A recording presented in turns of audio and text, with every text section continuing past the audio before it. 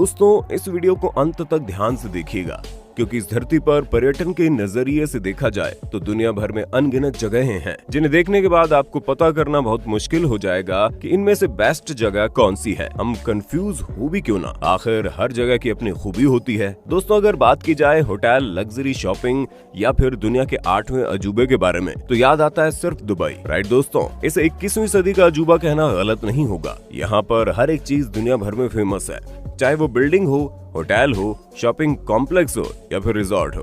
वैसे दुबई में अजूबों की कमी तो नहीं है, लेकिन वहाँ पर एक और अजूबा है जो टूरिस्ट को अपनी तरफ आकर्षित करता है। पामा जुमेरात दुबई का सबसे खूबसूरत द्वीप है, और हो भी क्यों ना। ये द्वीप समुंदर के बीचों बीच 5 किलोमीटर तक फैला हुआ है, जिसे शेख ने बनवाया था। इस द्वीप पर शेख ऐसा विला बनाना चाहते थे जिसके बाहर प्राइवेट बीच मौजूद हो। मतलब अगर लाइफ हो तो ऐसी जगहों के बीच हो। जरा सोचिए, समुद्र की खतरनाक लहरों को रोककर वहां पर एक लग्जरी आइलैंड बनाने का ख्वाब इंजीनियर्स और वर्कर के लिए कैसा रहा होगा। दोस्तों, जब हम किसी भी जगह पर जाते हैं तो बिल्कुल इस सोच से परे हो तो हमारे दिमाग में कभी नहीं आता हो इसको बनाने के पीछे इंजीनियर, आर्किटेक्ट और लेबर्स को क्या क्या पापड़ बेलने पड़े होंगे। बनाने के पीछे का चैलेंज के बारे में कोई ध्यान तक नहीं देता। आज हम आपको इस वीडियो में यही तो बताने वाले हैं कि इस सुंदर और अद्भुत द्वीप को बनाने वाले इंजीनियर्स ने क्या क्या चीजें फेस की। इसलिए वीडियो को एंड तक देखना।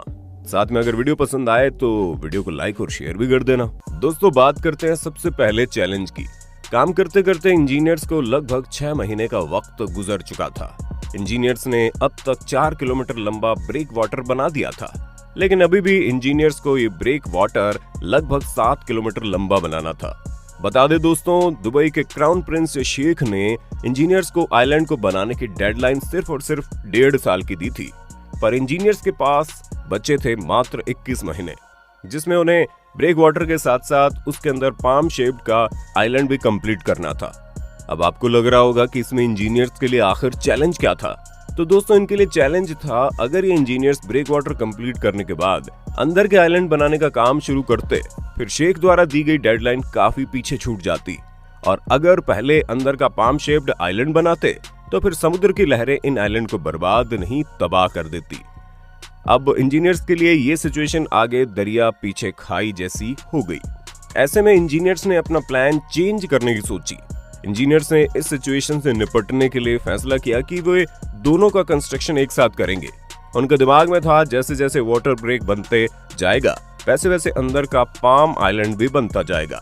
इंजीनियर्स ने प्लान तो सही कर रखा था, पर तभी उनके सामने दूसरी प्रॉब्लम आकर खड़ी हो गई। मतलब कि दुबई में ठंड का मौसम शुरू हो गया।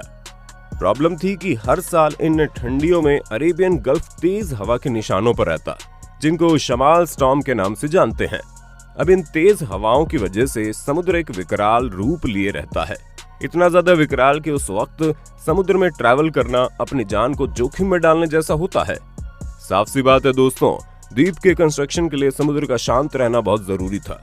इन सब चीजों को देखते हुए 2 महीने का काम बिल्कुल बंद रहा, पर उस वक्त इंजीनियर्स की टीम बैठी नहीं बल्कि कुछ असंभव करने की सोच रही थी, जो वाकई बहुत ज्यादा मुश्किल काम था। दूसरा चैलेंज आप जानकर हैरान रह जाएंगे कि पाम आइलैंड को बनाने के लिए 94 मिलियन क्यूबिक मीटर रेत की जरूरत थी। वजन के हिसाब से बात करें तो इस पाम आइलैंड को बनाने में लगभग 1.5 करोड़ टन रेत की जरूरत थी, जो कि किसी को परेशान करने के लिए काफी था।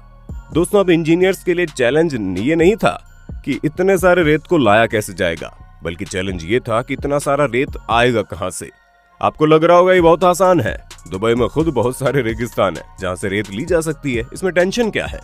आप अपनी जगह बिल्कुल ठीक है, रेगिस्तान में इतनी सारी रेत तो मौजूद है जिनकी कोई लिमिट नहीं है, लेकिन आप मात खा गए क्योंकि इस रेत का इस्तेमाल द्वीप को बनाने में नहीं किया जाता।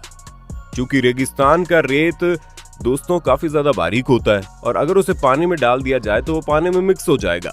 जी हाँ दोस्तों, आपने बिल्कुल सही समझा। इंजीनियर्स को ऐसी रेत चाहिए जो पानी में मिक्स ना हो, जिसकी वजह से द्वीप मजबूती के साथ खड़ा भी रहे। बहुत ज्यादा खोजबीन और रिसर्च के बाद ये बात का पता चला कि ये रेत समुद्र के नीचे से ही मिल जाएगी। अब इंजीनियर्स ने द्वीप बनाने की जगह से लगभग 10 मीटर दूर ऐसी जगह की तलाश की जहां बॉटम पर एक साथ इतनी ज्यादा रेत मौजूद हो।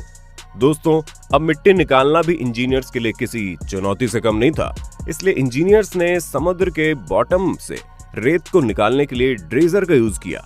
ये ड्रेजर रेत को सोख कर टैंक में भर लेता था। आप जानकर हैरान रह जाएंगे कि ये ड्रेजर सिर्फ और सिर्फ 1 घंटे में 8000 टन अपने टैंक में भर लेता था।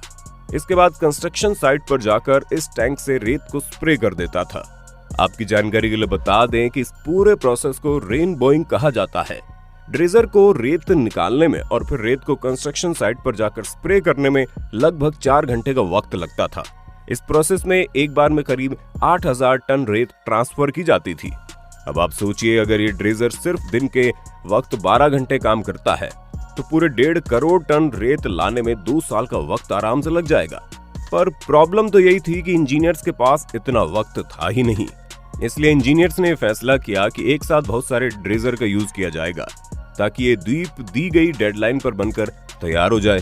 इस पाम ट्री शेप्ड द्वीप को रेनबोइंग के जरिए बनाना जितना आसान लग रहा था ना, उतना आसान बिल्कुल नहीं था। दोस्तों, इस आइलैंड में सिर्फ एक लाइन सीधी सी थी, बाकी सारी लाइन कर्व शेप में थी। ये ट्री शेप इंजीनियर्स के लिए बहुत बड़ी प्रॉब्लम क्रिएट कर रहा था।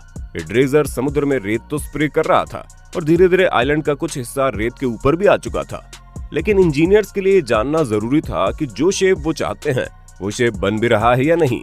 इंजीनियर्स को डर था कि अगर ये शेप नहीं हुआ तो पैसा और समय दोनों ही वेस्ट हो जाएगा। इन सब चीजों को सोचते हुए लगभग 650 किलोमीटर आसमान में पृथ्वी के इर्द गिर्द घूमने वाले सैटेलाइट की मदद ली गई। पृथ्वी के इर्द गिर्द घूमने वाले सैटेलाइट की मदद से पाम जुमेरह साइट की तस्वीरें ली गई। तस्वीरें लेने के बाद इंजीनियर्स को पता लग गया कि अब तक जो शेप वो चाहते थे वो बन गया है।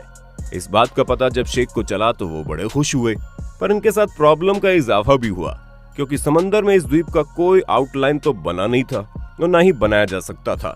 जैसे जैसे काम बढ़ते जा रहा था, प्रॉब्लम भी बढ़ती जा रही थी। दोस्तों, ड्रेजर का अंदाजे से ही समुद्र में रेत को स्प्रे करके पाम का शेप्ड बनाए रखना काफी ज्यादा मुश्किल था। अब इंजीनियर्स को कुछ ऐसा करना था ताकि ड्रेजर को पिन पॉइंट एक्यूरेसी का पता लग जाए, ताकि शेप ना बिगड़े और ड्रेजर वहीं तक रेत स्प्रे करे। इस काम को करने के लिए इंजीनियर्स ने जीपीएस का सहारा लिया। अब किया ये गया कि वर्कर्स के साथ जीपीएस यूनिट को थमा दिया गया। अब ये वर्कर्स आइलैंड के बॉर्डर पर वॉक करते रहते और उनकी पोजीशन का रियल टाइम डेटा सेव होता जाता था। यही डेटा ड्रेजर के जीपीएस सिस्टम को भेजा जाता था और ये ड्रेजर सिर्फ उसी पॉइंट पर रेत स्प्रे करता था जहां वर्कर वॉक करके गया है। इंजीनियर्स का ये तरीका फुल तरीके से काम कर रहा था तो ड्रेजर भी पिन पॉइंट एक्यूरेसी आइलैंड के बॉर्डर पर फीलिंग कर रहा था। इस आइलैंड को कंस्ट्रक्शन शुरू हुए लगभग 1 साल पूरा हो गया था। ब्रेक वाटर लगभग 8 किलोमीटर बन चुका था। 16 में 9 शाखाएं भी बन चुकी थी। तभी इंजीनियर्स के सामने एक और प्रॉब्लम ने दस्तक दी। दोस्तों, ब्रेक वाटर जिसे समुद्र की लहरों को रोकने के लिए बनाया गया था, उसने अपना काम दिखाना शुरू कर दिया। वो समुद्र की लहरों को तो रोक रहा था, पर आइलैंड के अंदर पानी का बहाव कम हो चुका था। मतलब कि जो पानी आइलैंड के अंदरूनी साइड पर था वो एक ही जगह खड़ा होकर बदबूदार और मैला हो गया था। दोस्तों, ये एक ऐसी प्रॉब्लम थी जिसका सोल्यूशन उस वक्त नहीं निकाला जाता तो इस बात का पूरा भरोसा था कि आगे जाकर शेख का प्रोजेक्ट फ्लॉप है। खुशकिस्मती से इंजीनियर्स को एक बेहतर आइडिया मिल गया। जल्दी से ही इस बात का फैसला किया गया कि 2 साइड को तोड़कर वहां ब्रिज तैयार किया जाएगा, जिसकी वजह से एक साइड में पानी का प्रेशर अंदर आएगा और दूसरी साइड से बाहर भी निकल जाएगा। दोस्तों, जिस आइलैंड को बनाने में लगभग 7 साल का वक्त लगना था, उसे 3 साल में बनाकर वर्ल्ड रिकॉर्ड बनाया गया। 1000 2000 नहीं बल्कि 40,000 वर्कर की मदद से इस सपने को पूरा किया गया। अब आप इस बात से अंदाजा लगा लीजिए कि कोई भी बिल्डिंग या होटल ऐसे ही अजूबे नहीं बनते, इसके पीछे मेहनत होती है कई लोगों की। कैसे लगी आपको हमारी आज की वीडियो? कमेंट सेक्शन में जरूर बताएं।